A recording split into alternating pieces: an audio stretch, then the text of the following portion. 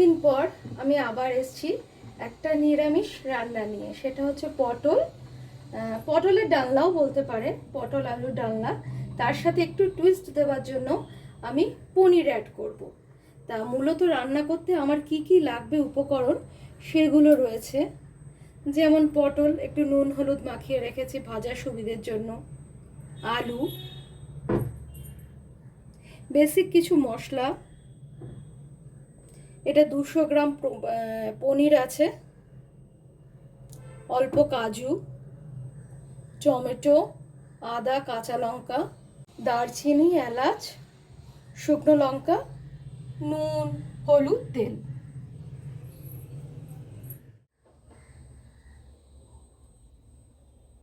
আন্দাজ মতন কিছুটা তেল দিলাম।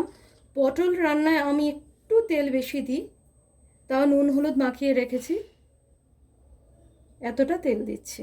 গরম হওয়ার পর, তেলটা একটু গরম হতে এখনো বাকি আছে,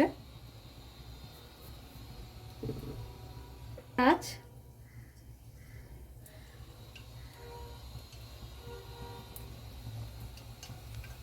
দারচিনি আর একটা শুকনো লঙ্কা চিড়ে ফোড়ন দিলাম।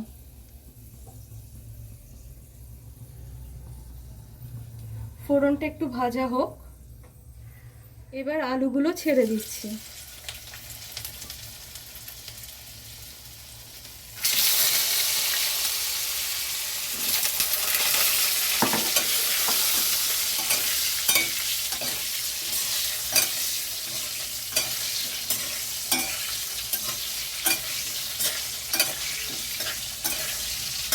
আমি আগে একটু নুন দিয়ে দিয়েছি আলুতে। হাই ফ্লেম করে আলুগুলো ভাজছি। অল্প একটু হলুদ দিলাম, দিয়ে আলুগুলোকে একটু লাল লাল করে ভাজবো। আলুগুলোকে স্লো ফ্লেমে আমি ভাজলাম। ভেজে আলুগুলো একটু লাল লাল হয়েছে, আমি তুলে নিচ্ছি। হলুদ মাখা পটলগুলো ছাড়ছি।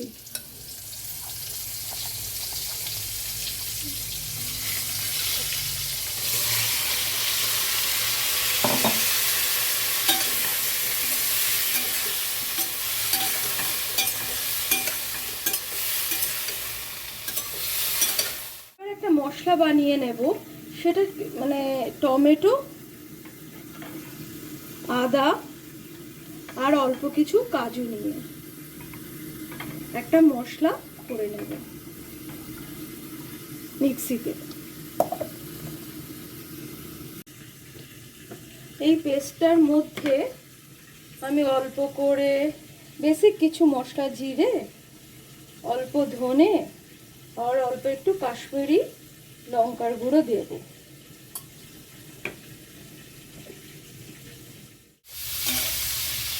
পটলগুলো আর একটু ভাজা হবে, আর একটু নরম হবে।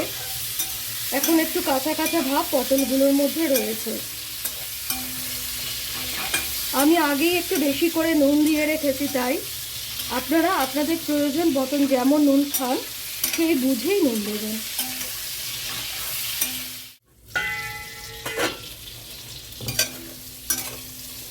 পটলটা প্রায় অনেকটাই ভাজা হয়ে এসছে।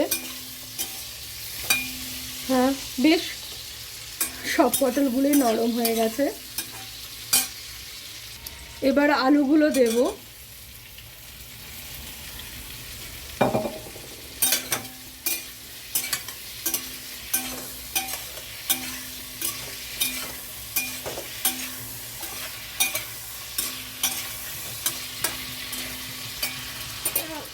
যে পেস্টটা আমি করেছি এটা আমি এবার কড়াইতে ঢেলে দিচ্ছি।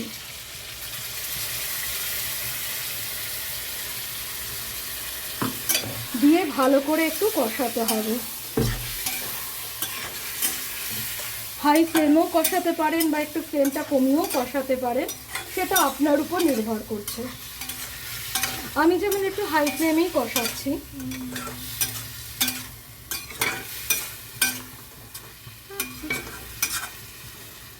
তেল ছাড়তে শুরু করেছে।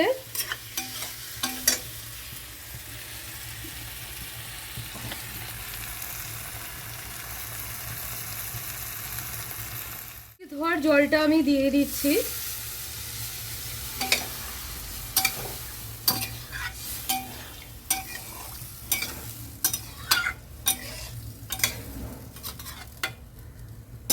আর আলুগুলোকে একটু সিদ্ধ হতে দেব, গ্যাসটা কমিয়ে দেব। এবার দেখছি আলু পটলটা কতটা সেদ্ধ হয়েছে।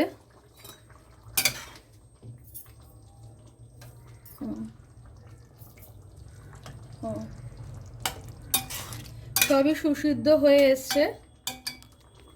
এবার নামাবো। নামাবার আগে ওই যে গ্রেট করে রেখেছি পনিরটা এটার মধ্যে দিয়ে দিচ্ছি।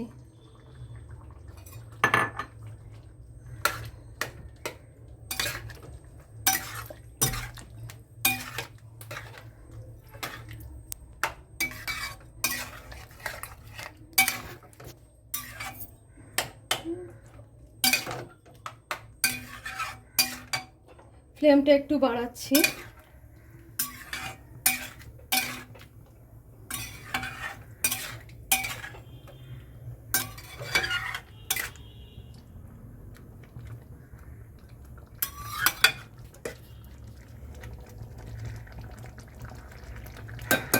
পনিরটা দিয়ে একটু ফুটিয়ে নিচ্ছি।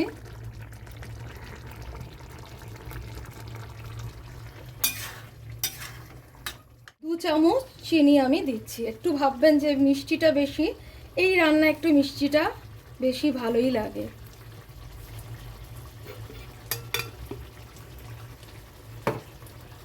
একটা গোটা কাঁচা লঙ্কা,